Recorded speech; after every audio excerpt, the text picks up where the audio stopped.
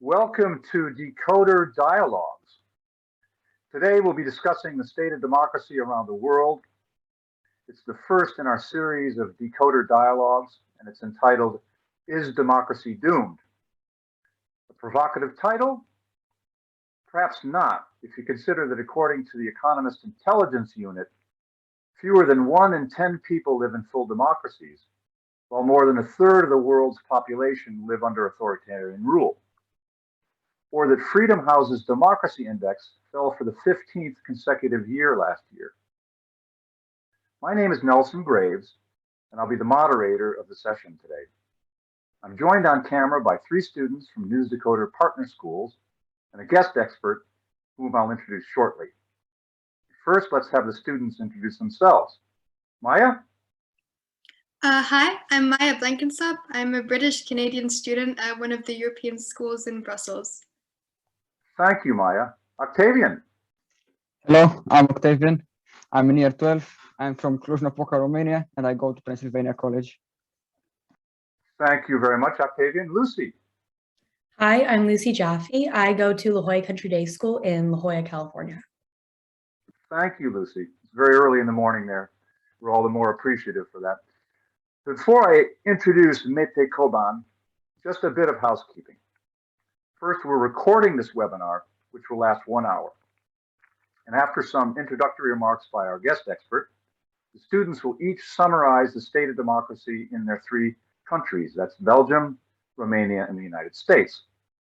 We'll devote the second half of the session to questions. You can ask a question at any time using the Q&A tool at the bottom of your Zoom screen. You can even vote for the questions that you consider to be the best, so please don't be shy. Now, we're delighted to have with us a leading democracy advocate, someone who is committed to defending and strengthening democratic institutions. Mete Coban is founder and CEO of My Life, My Say, a youth-led, nonpartisan charity based in the UK. And here's how My Life, My Say describes its mission: to empower young people to participate in democracy by creating spaces for dialogue across communities and generations, and by providing young and socially excluded citizens with the tools to lead change within society. Coban was also the youngest ever elected councillor in the London borough of Hackney. What an honor for us to have this young, committed defender of democracy with us. Mete, over to you, please. Firstly, thank you very much for your very kind introduction, Nelson, and obviously it's an honor to be here among Octavian, Lucy and Maia to be speaking to you all about democracy and of course, you know, how all of our various regions around the world have obviously been impacted by recent events. Of course, I come from a very different part of the world. I'm a big fan of everything that happens across the pond, you know, with our friends. And I've done lots of transatlantic work, both with the UK and the US, particularly on trying to encourage young people to take a keen interest on political events in the US, because, you know, everything that happens, you know, democracy it's not just, you know, it's not just an issue that affects people in the UK. Of course, it's something that, you know, we have to sort of think about globally. So just to introduce myself, just to build on Nelson's very kind introduction, I've got a few different hats on, and I'm both here currently at COP in Glasgow. I'm the cabinet member in Hackney for energy, waste, transport and public realm. So I've been elected as a councillor since 2014. I used to also work for the Mayor of London for Sadiq Khan as his head of youth engagement in the run-up to elections.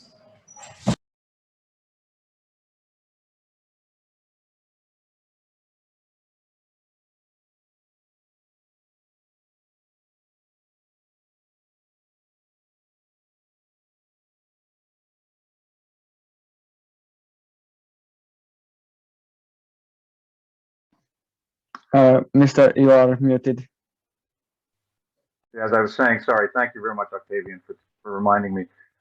Yes, Mete is actually in Glasgow at the climate conference. He's scrambling to find a space that's free. So let's get going with the student presentations while we wait for Mete to come back. Each student has 4 minutes to summarize the state of democracy in their country, which is a huge challenge. Maia, you want to start out? Yeah, for sure. So, hi, I'm Maya, and I'll be talking about the state of democracy in Belgium, which is where I live. And before I start off, I'd like to say that I'm not a political science graduate. I'm a 16-year-old high school student, but I'm happy to share what I do know and what I have learned. So it's kind of a coincidence when I was first invited to participate in this webinar, we'd just been discussing democracy and ethics class. And we'd looked at a poll of over 1,000 Belgian citizens made by the RTBF, which is a Belgian television channel. And there were some pretty shocking results, such as that fewer than 20% of Belgians are happy with the current system of democracy. And 60% think that the political parties can or will not do anything to help them in any way. So they really have, or a lot of people at least, don't have any faith in the country's democracy. And you need to bear in mind that Belgium is a very, very complicated country. Its political system is very messy. So to simplify, it has 6 parliaments, and the country is essentially split up by languages. So you have the Dutch speakers up north, the French speakers in the southern part of the country, and then there's a small minority of Germans near the German border. And each community has their own TV channels, newspapers, and educational system. So there's really a clear division between the communities. And if you're a voter, you get the choice between a Flemish party or a French-speaking party. There's no national party, no in between. So yet somehow from the system of separate regional elections, one single federal government needs to be formed. And this can take a really, really long time. And it involves so many different people. So the king intervenes, and there's also a multitude of parties that's involved. And so the current government that we have now in Belgium has 7 parties, and it took 16 months to form. And you may think that's a lot, but that's not even our country's record. After the 2010 elections, it took 541 days to form a government. So in one way, you could say that voters have a lot of parties to choose from, which could be seen as something good, but because of the large coalition government, each party's interests are heavily diluted. And you could ask yourself if it's actually the voters who are voting for their government and policies, or if it's actually just the party leaders who are negotiating for months. But if you're a glass half full type of person, you could say that, at least they have successfully, constantly managed to form a government, even though there have been really long pauses without any government at all. Another finding from the RTBF was that 1/3 of respondents would be happy and would prefer to just give all the power and put it into the hands of one individual person. So people in Belgium, a lot of people are disengaged, and they're also just willing to give the power, put all the power into the hands of one person. So these could be seen as ingredients for key alternatives and perfect ingredients for alternatives such as populist leaders. And these figures are often causing loads of crisis when it's not needed. They're also over-promising, and they can tend to disregard democracy, as well as ignore incredibly important science, for example, regarding climate change. Belgium is among the countries in Western Europe that has seen a slight decline in its overall scores of democratic values in the last year, or according to The Economist. Maya, one more minute. And a lot of that is because of the lockdowns, the curfews, and all the regulations that come with the COVID pandemic. And as well as that, the parliament hasn't been able to meet to discuss alternatives. But what is interesting and more optimistic is that the populist parties in Western Europe haven't been so successful. So in the last elections in Germany, Portugal, and the Netherlands. So you could ask yourself, does this maybe mean that the COVID pandemic has reinforced the need for more rational and sensible leaders? I'll leave that for you guys to think about. Interesting question. Thank you, and lots of food for thought. Mete, who is scrambling at COP because it's a busy. I should be scene, fine I now. know you're back. Thank you, Octavia. You're next, but let's let Mete finish his introductory remarks. I'm so sorry, everyone. That must have been No really problem. No nuts. problem. I had a disconnection with my internet, which I've sorted now.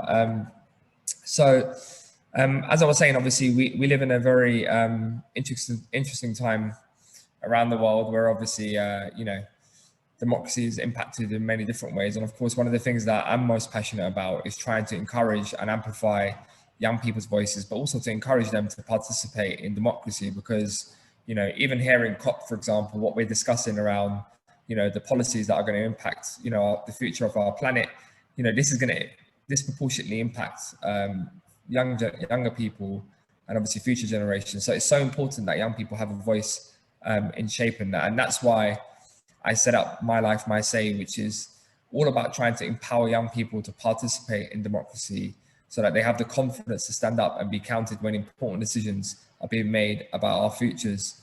And some of the ways in which we do that is, you know, one of the things that we passionately argue is we always say, young people, of course, care about the issues that affect them. Of course, they care about whether they have a decent roof over their shoulders. Of course, they care about whether they have a job that pays them basic respect or dignity. The problem is whether they see traditional forms of politics or democracy as a way or as a vehicle to affect the changes, issues that they care about.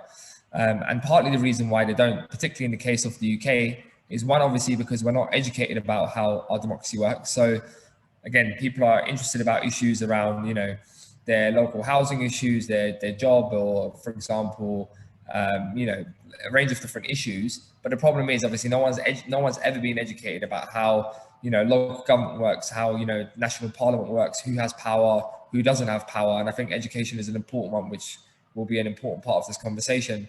The second reason is because politics isn't representative, or politicians aren't representative or reflective of society. You know, when I first stood to be a councillor in the London Borough of Hackney, the average age of a councillor in the UK was 66. And I was 20 when I was a candidate. So we have a huge issue around representation, particularly of young people. When you look at and you know, if you look at the intersectionality aspect of that, when, for example, the number of women in politics is very low, the number of people from ethnic minority backgrounds is very low. So we have a huge issue around representation, again, which creates this mismatch between traditional forms of politicians and then matching people's really desire for change. And then, of course, the other reason is, you know, politicians often make promises that they do not deliver, which then in turn puts people off politics in the long term. So I think in summary, I think people do care. It's just more about how do we sort of engage them. And there are many reasons to why they're not sort of see traditional forms of democracy or politics as a way to address that. So our approach at My Life, My Say, it's all about trying to identify where young people go to in their day-to-day social and digital lives and think about how we can connect with them in those spaces to make politics much more accessible and to make it make sense for their future, because we know that language is, of course, a big barrier too. And one of the things that we're best known for is something called Democracy Cafe. So we have a partnership with Starbucks in the UK. And the concept is you go to a local Starbucks cafe store and you pick up a cappuccino and you can talk about politics with your friends for free. So we do basically, the idea is to reinvigorate the 17th century concept of talking about politics over coffee. It's a tradition that's existed in the UK since the 17th century, and we modernize that and make it more relevant. And obviously Starbucks is a way that has engaged people. We've delivered over 500 of these democracy cafes since 2015, more than 80% outside of London, really making sure that we're reaching out to places where young people don't typically have the opportunity to talk about these issues. We've actually delivered some on the East Coast of the United States, in New York, Washington, and Philly. We've done 14 across Europe as well. Of course, we're predominantly a UK-based charity, so most of our activities happen in the UK. But that's one way in which you can engage better with young people. Again, it's really important to note that there is no one-size-fits-all approach. So there is, and you know, you have to recognise the intersectionality that exists. You know, people often talk about young people's engagement or young people as if we're one big homogenous group. There are lots of different intersectionalities, and lots of different groups have different challenges. So, you know, me as a, you know, minority living in the UK, I am a young person. I'm also a part of a minority community. But if, for example, you're looking at like Maia, for example, who was, let's say, if in the context of the UK, then she'll be a minority, plus she's her gender as a female as well. She'll have a further challenge that she'll face. So we have to look at that intersectionality when we're thinking about our approach to engagement.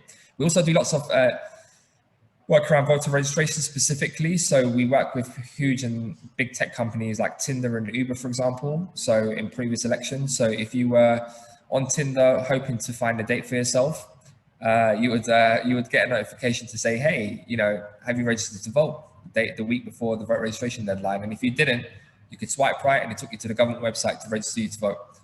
We also done the same thing with Uber. So if you ordered a taxi, everyone aged between 18 to 24, within the first 3 minutes of ordering a taxi, would have got a notification to say, hey, have you registered to vote? If not, it will take you to the government website. So those are sort of things that you can do. And those are the tactics that we've deployed, because again, our approach has always been, rather than creating a space to bring people to us, it's about identifying where people are and going to them and make it much more accessible to them. So I think there's obviously huge issues that we have around the world now. I think, young people are becoming much more politicized more than ever. I think it's an absolute myth that young people don't care about issues that affect them. You see it with the climate movement now. This whole issue around the environment, 4 or 5 years ago, if you tried to get a conversation going on about the environment, it would have been very difficult to have that conversation. But it's become very relevant and it's become a political priority because young people have made it a political priority. So there is no politician now who can go into an election and not talk about what they're going to do around climate change. And we saw that in the US with the Biden administration. And that's thanks to the activism and the energy that's been put out there by young people. We see it with Brexit in the UK. Again, young people have been politicized around that. So I think now what we need to do is really harness on that and, really capitalize on that energy and that enthusiasm to really build on it. So I think I'll conclude there because I've spoken quite a lot, and I'm one of those people, Nelson. If you don't tell me to be quiet, I can talk on forever and ever and ever. And I know there's other speakers that we're all looking to hear from, but I'm really looking forward to being in this conversation. I may slightly disconnect and come back, but I'll be back in 5 to 10 minutes as soon as I find another place where I could be here. But thank you so much for listening. Terrific. Thank you very much. So my life, my say, first stop is Starbucks. Second stop is Tinder. Third stop is we'll be Speaker's Corner in Hyde Park, right? So anyway, everyone, our attendees, our panelists, you will have a chance to ask questions directly of our panelists and of Mete. So get those ready. Remember, you can ask them using the Q&A tool at the bottom. And with no further ado, let's turn to Octavian in Romania for his summary of democracy in that country. So hello, everybody. I'm Octavian.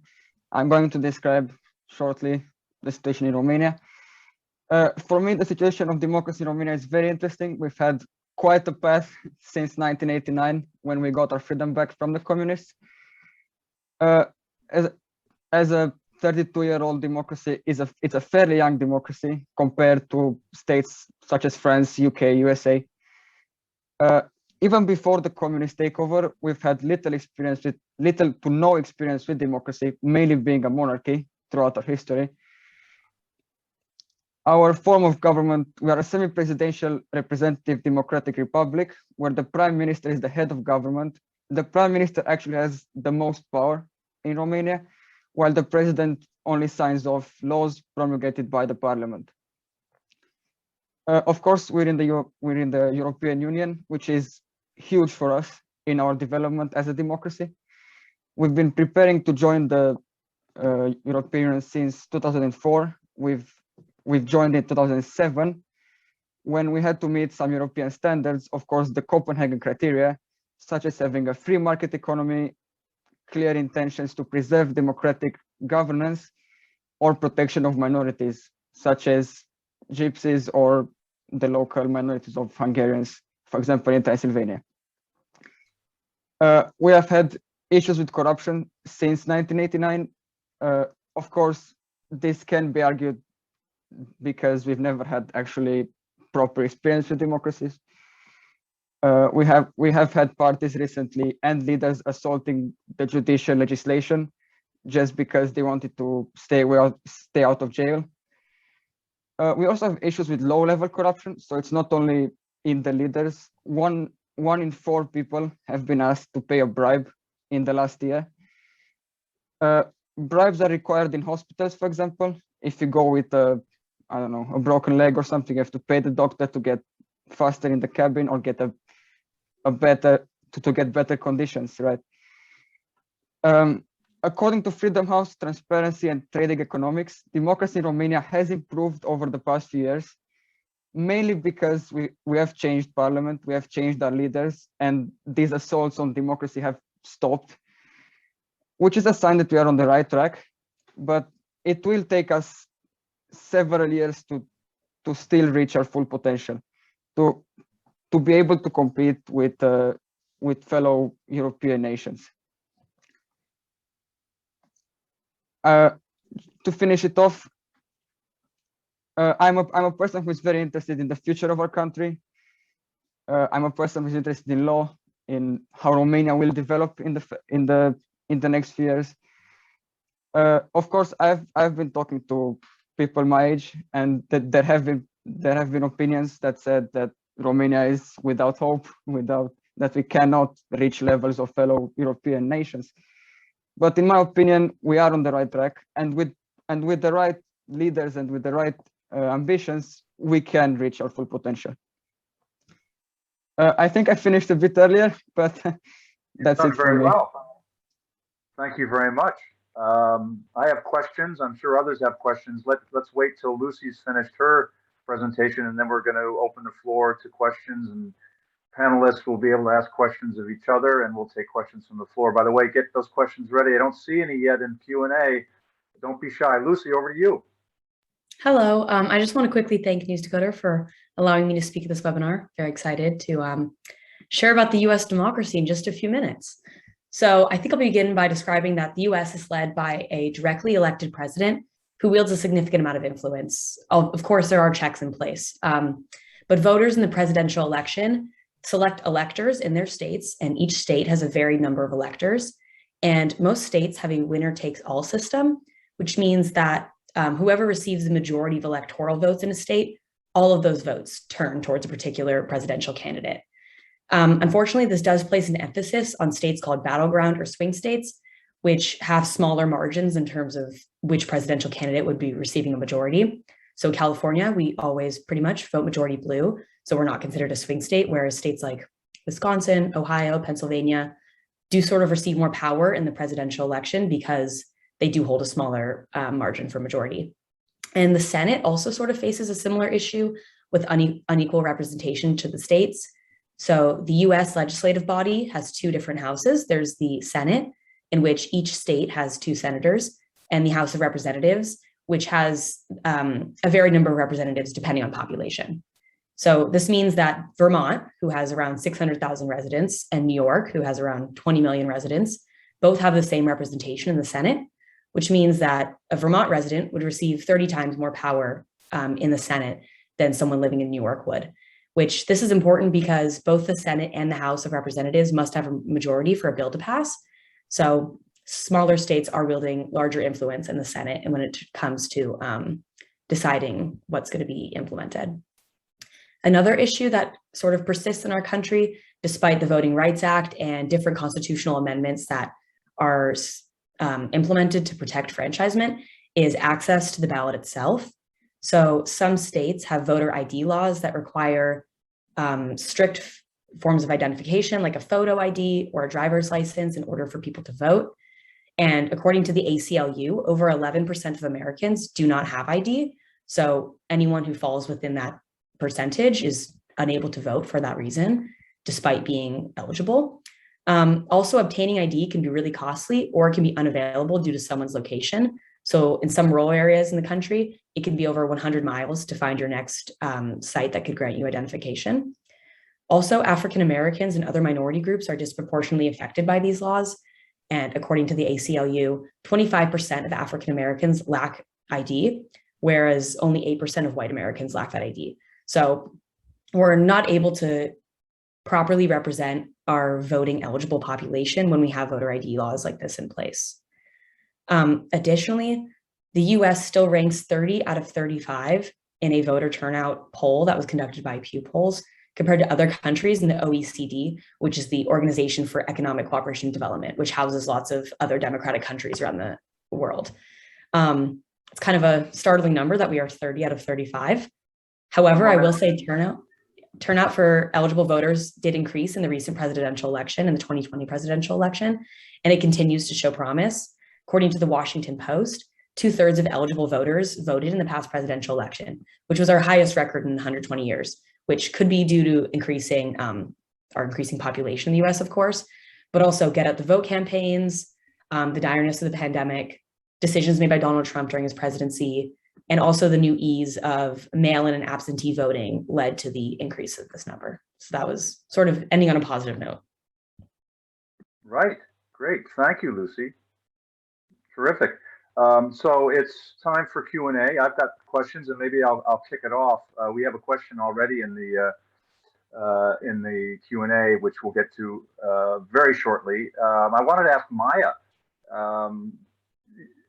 your description of politics in Belgium begs the question: is there too much democracy there? You said there's 6 parliaments, there are many parties, 541 days to form a government. Is it too unwieldy? Well, it's hard to, in my opinion, I think it's hard to say, because at least there are a lot of people that are represented. And as I said earlier, the country is divided in different communities, and each community has their own elections. So you have so many different communities trying to form one government that has to function properly.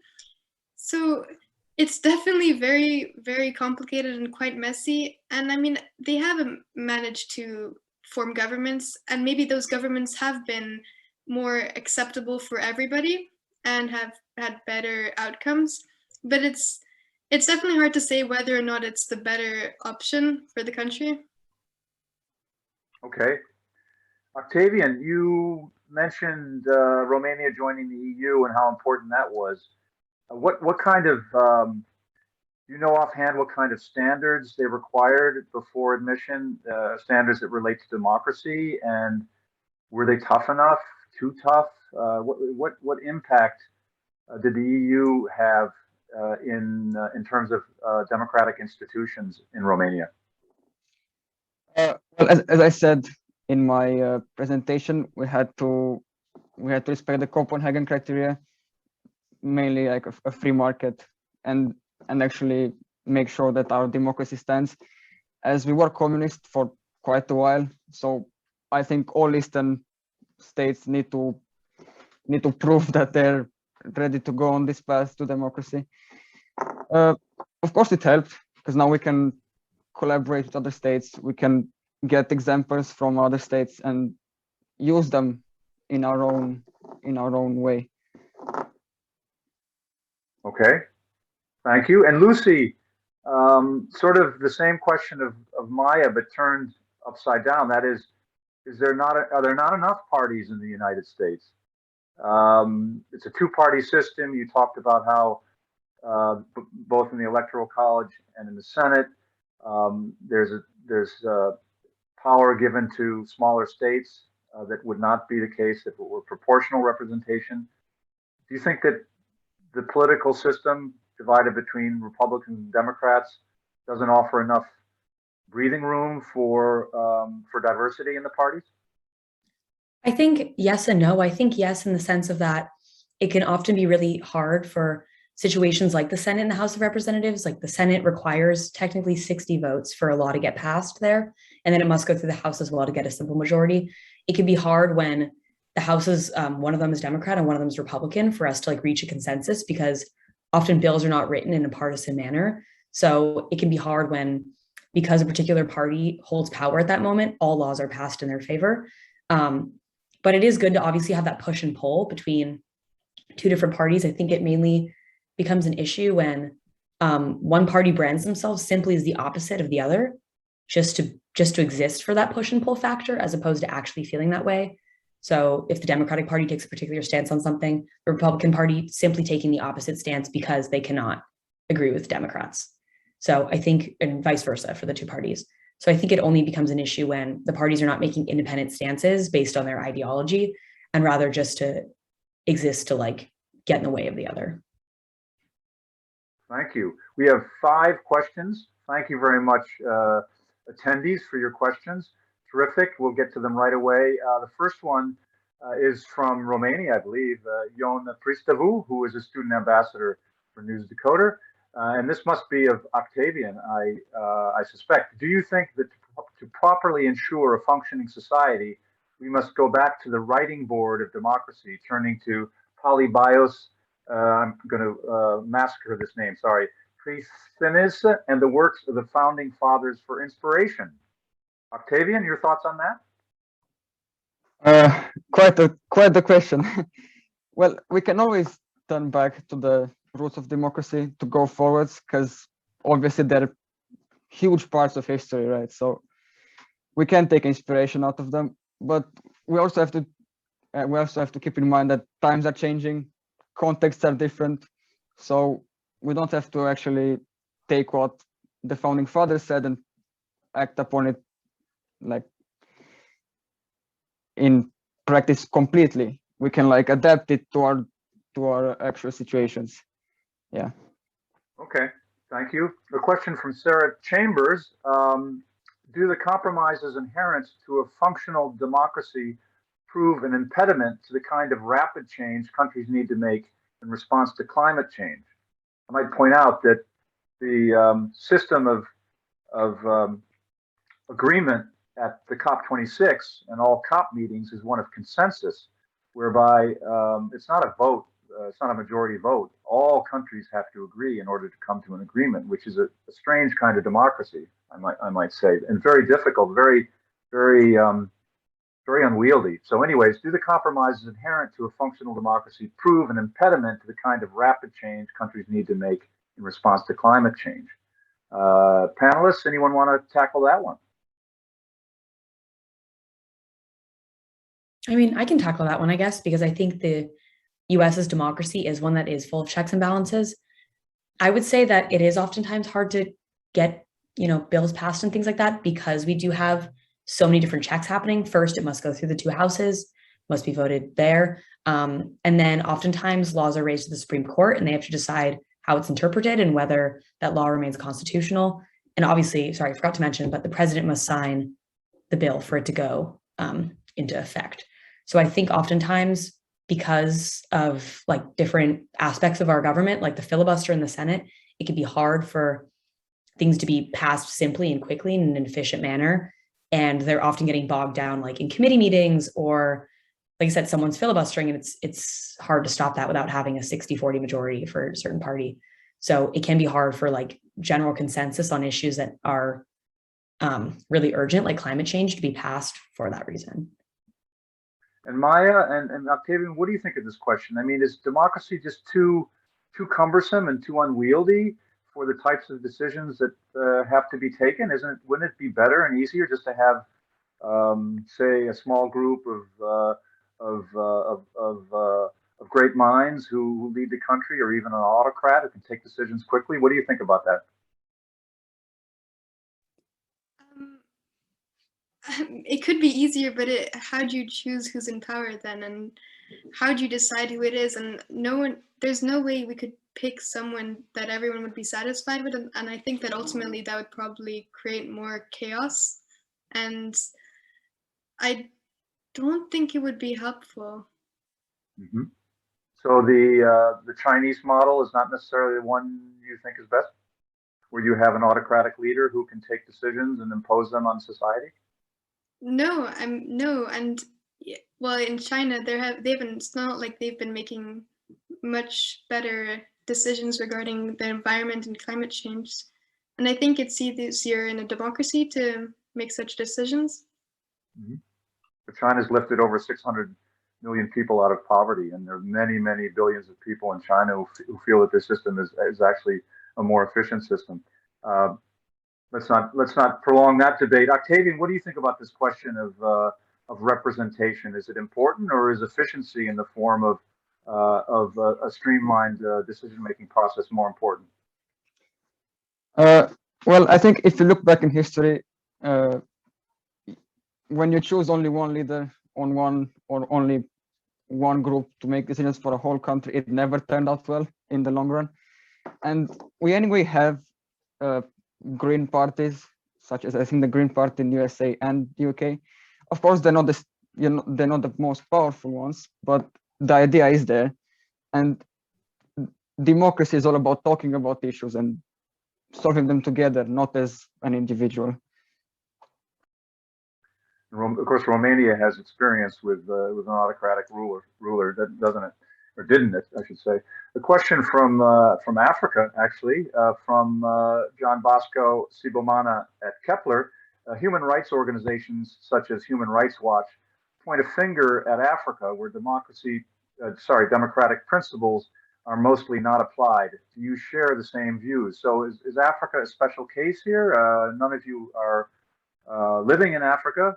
You may not have even visited, but any thoughts on whether exceptionalism should be allowed for continents such as Africa, where most of the countries are in a developing stage?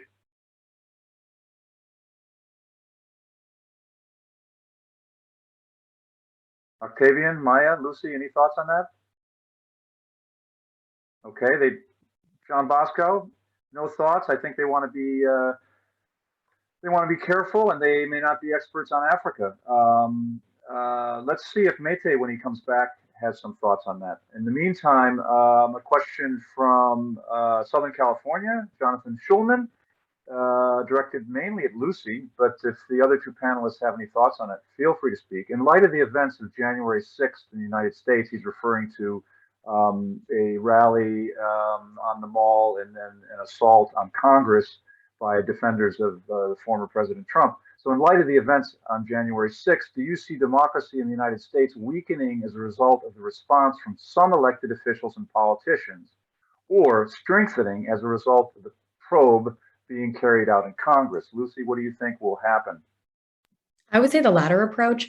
I think that the attack on January 6th sort of raised some questions whether members of the Republican Party want to remain loyal to democracy and remain loyal to the Constitution and what it sets out there, or if they prefer to remain loyal to a particular candidate, in this case, Donald Trump.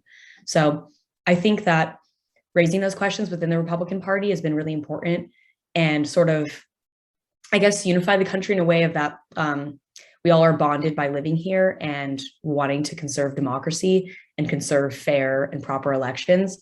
So I think instead of dividing us and sort of seeing as this like warning symbol of like things are so dire, the democracy could fizzle at any moment, like free elections will never happen. I think it was more of an indicator that change needs to be made and that people are now fully aware that like we like holding a particular loyalty to a candidate is less so important than it is to remain loyal to what the Constitution promises us to do as representatives in this case, and different senators and things like that, who have been tested and whether they support the attack on January 6th and that the election was not fair. So I think it's just more raised some important questions and had people sort of analyze deeper their roles in our government as opposed to being this dividing factor. All right, thank you. We have a question from Massachusetts. Does the press have a role, and this is of all panelists, by the way, does the press have a role in supporting or not supporting your country's democracy? On paper, free press should support democracy, but inherent in this question is some skepticism about that role currently. What do you guys think about the press in your country? So we're talking about Belgium, Romania, and the United States. What role is the press currently playing in your country? In Romania, we're kind of divided. We have some very good TV channels, some very good sources of press who are very unbiased.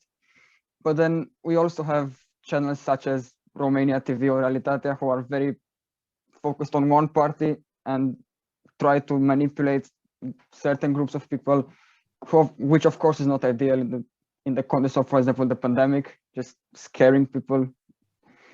Yeah. Okay. Lucy, Maia, what role is the press playing in your country? I think, or go ahead, Maia. Maia? So in our country, the press does support democracy, though obviously a lot of the time the news reporters are more interested in just selling news and, you know, talking about what's going to be more interesting. And obviously in our country, the news is split. So by region, you do have your own TV channel, so it does show that already the population is divided and everyone has their own, as I said, TV channel. Lucy? I honestly think in the US, it kind of depends on the media that you're wanting to consume.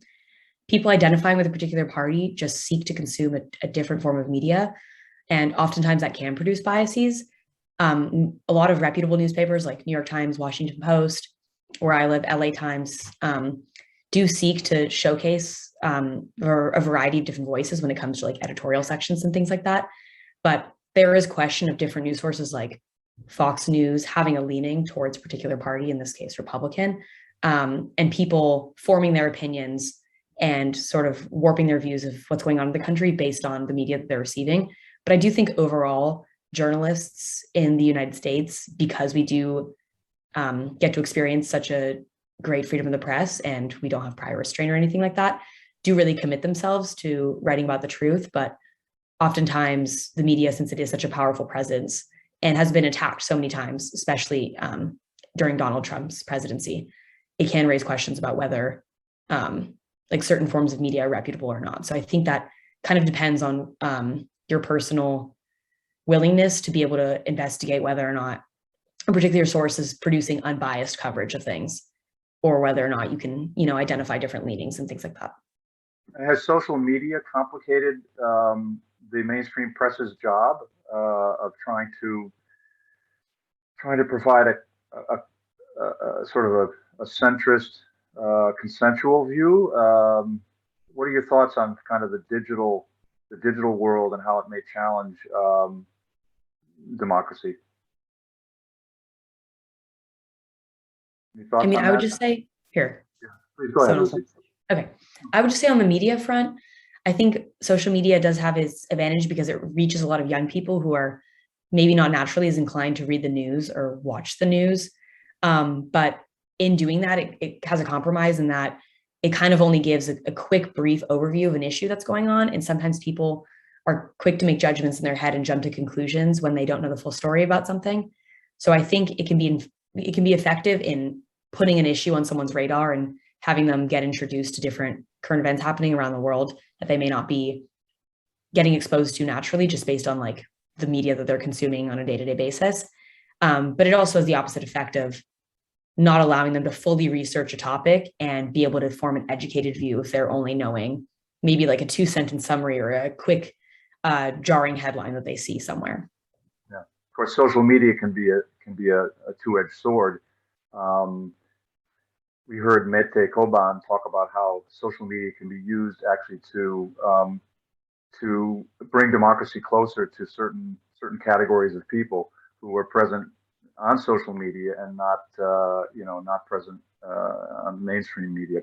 Another question from Africa, which I will paraphrase, but basically, is democracy a Western concept that is not fully applicable in all parts of the world? You're all from the Western world, so you may not be the best. You may not have a clear opinion on this, but do you feel that democracy has its roots in the Western world and really will only ever operate effectively in the Western world, and in other parts of the world, such as Africa and Asia, it won't? What do you guys think? Well, of course, it started in the Western world, such as in countries such as France, UK, USA. It could take more time for Eastern countries, such as Romania, for example, to actually start going, or African countries, Asian countries. But I think at some point they will actually get it going properly. Yeah. What's the attractiveness of democracy for a country that, in the current day and age, I must say, what's the attractiveness of democracy for a country that's never really had it? Well, freedom, just freedom of speech, freedom of expressing who you are, freedom of being yourself. I think that's the most important. Mm-hmm. Lucy, Maia? I think that it probably should definitely be, democracy should be applied in different countries, but obviously the different countries are very different and it needs to be applied in different ways. And if we look historically speaking, countries have come from, not having a democracy at all to certain democracies. For example, we can see in Romania, it's a younger democracy. And also, I just wanted to add about the previous question about social media. Mm-hmm. I think it's really tough to say whether or not it's been beneficial, because I really like what Mete's ideas were about involving younger people. But it's also really difficult because social media, one of its roles is to, put you in the same group of people as people that are similar to you. So you're always just in the same circle hearing kind of the same opinions. And what's also scary is that anybody can say whatever they want. So even leaders, and they can just put out any kind of information without it being checked at all. And that's, well, we can see that it has had some pretty negative results already. Indeed, and legislators around the world are struggling with how to control and if to control social media platforms. A question from London, ISC Research: how can global education support the survival of democracy, in your opinion, as students? You're all students, you're all being educated. So think about your own context. How can your educational systems promote democracy? Are they doing so? And if not, how could they do it better? Well, for example, as a history student, you can actually properly see the benefit of democracy and compare it to other sorts of forms of government, such as dictatorship, such as an authoritarian rule. So if you do get proper education, you can actually see why democracy is the best way to go in terms of form of government. Okay, Lucy, Maia, any thoughts on how democracy can be promoted and educated in schools? I think in my own school personally, that like the best way that democracy is taught is like by understanding our rights as US, residents and things like that, and understanding how we can use our voice either through voting or being represented in other forms of government is important. Unfortunately, the way that it currently exists is that sort of like a blanket teaching about the US government is not really provided to everyone. And you kind of have to go out of your way. Like if you are someone who has an extra interest in government or the law, you might go out of your way to take a government or law related class at your school, but it's not really like a general education requirement to be taking government. And I think that part of the reason we do have such low voter turnout in our country is because that people aren't aware of like the simplicity and the ease by which voting happens.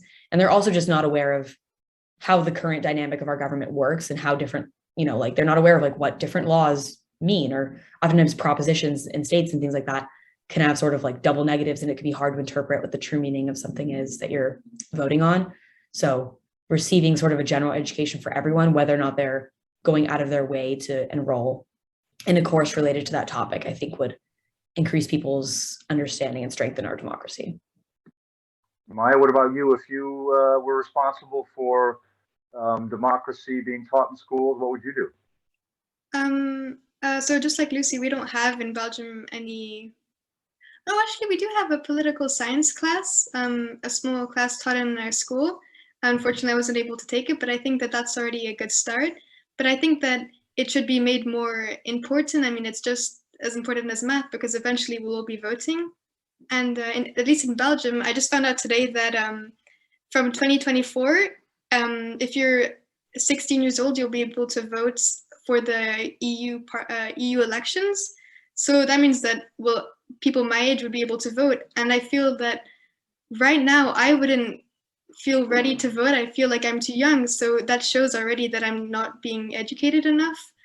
And I think that there definitely should be a lot more classes, and it should be made a priority. So they're going to have to start educating younger students now. It would be room for more teachers to be hired. Would you be keen to vote if tomorrow you were told you could vote in the European elections, Maia? I feel like it puts a lot of pressure, and I don't feel like I would be ready to vote, because I know a fair amount, but I've never been really, and with my friends, that's not what we talk about. And at school, we've never really had discussions about this. It hasn't been made an open discussion to talk about. So I think with time, if we are taught at school, and if it's more of a discussion point, then I think maybe 16 could be okay, but it still feels a bit young to me. Right. Well, listen, we have more questions, and we have 10 more minutes of time. Let's give our panelists a short break and do a poll. It's a very simple poll, perhaps a simplistic question. Let's take 30 seconds and answer the question in the poll. Do you think democracy will survive? Yes or no?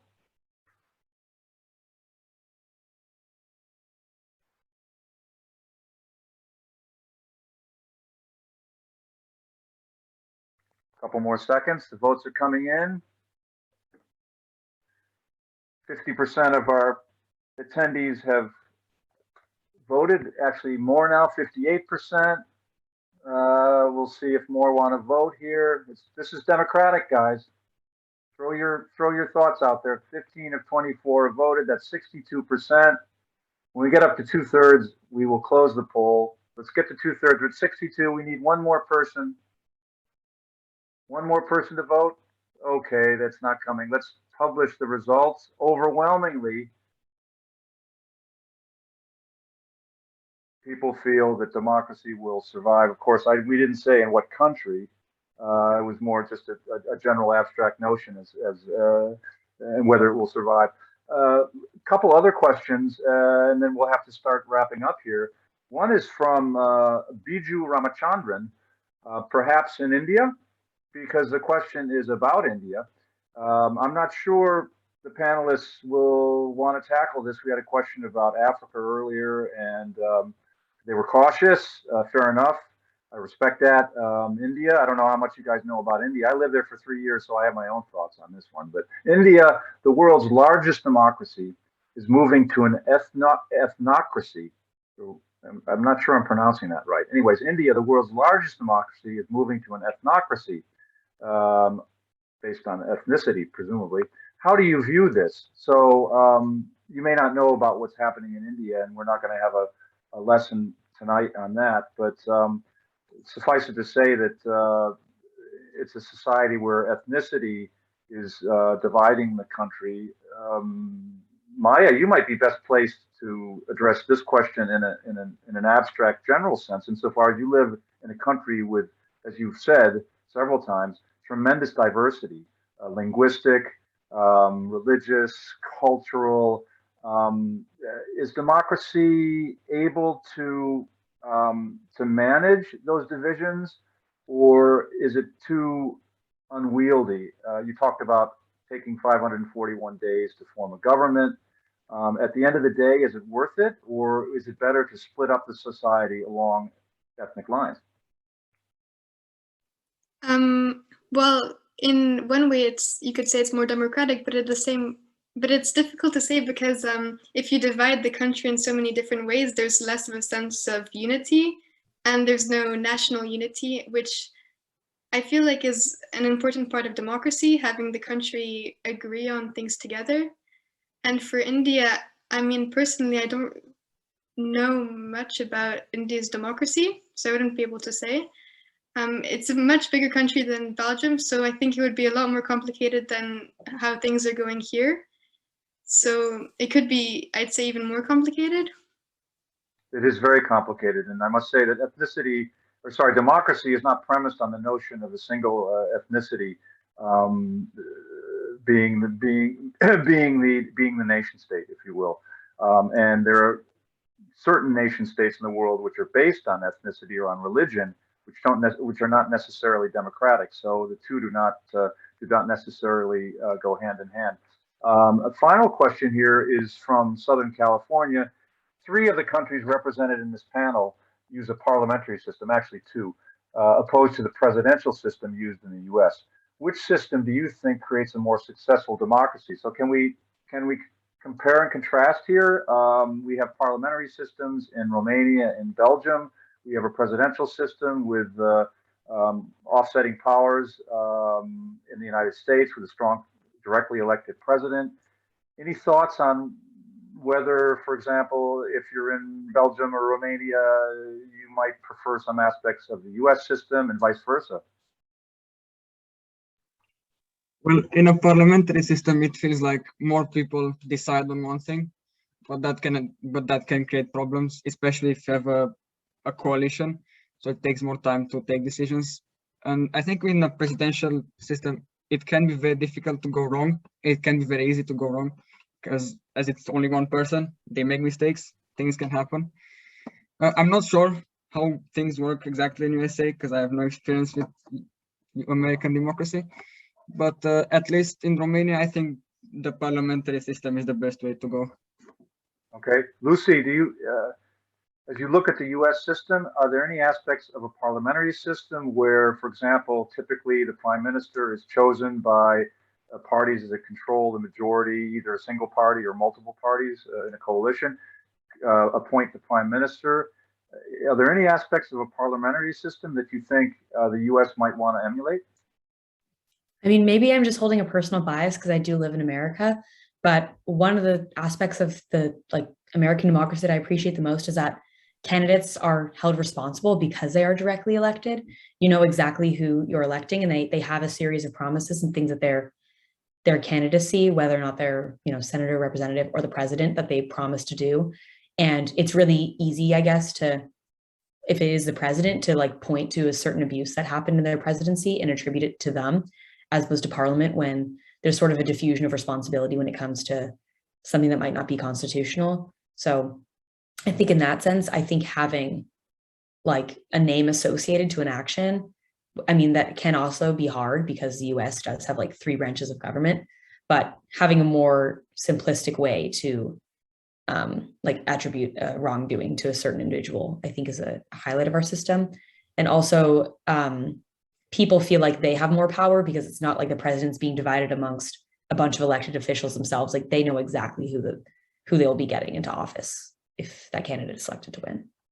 Okay, great. We're just about out of time. We have time for one more question, which we'll take from the Q&A list here. Also from Southern California. So it is primarily directed at Lucy, but Maia, Octavian, feel free to offer your thoughts as well. It basically says, you mentioned the push and pull of Republicans and Democrats in the two-party system and how that difference can be productive when creating laws.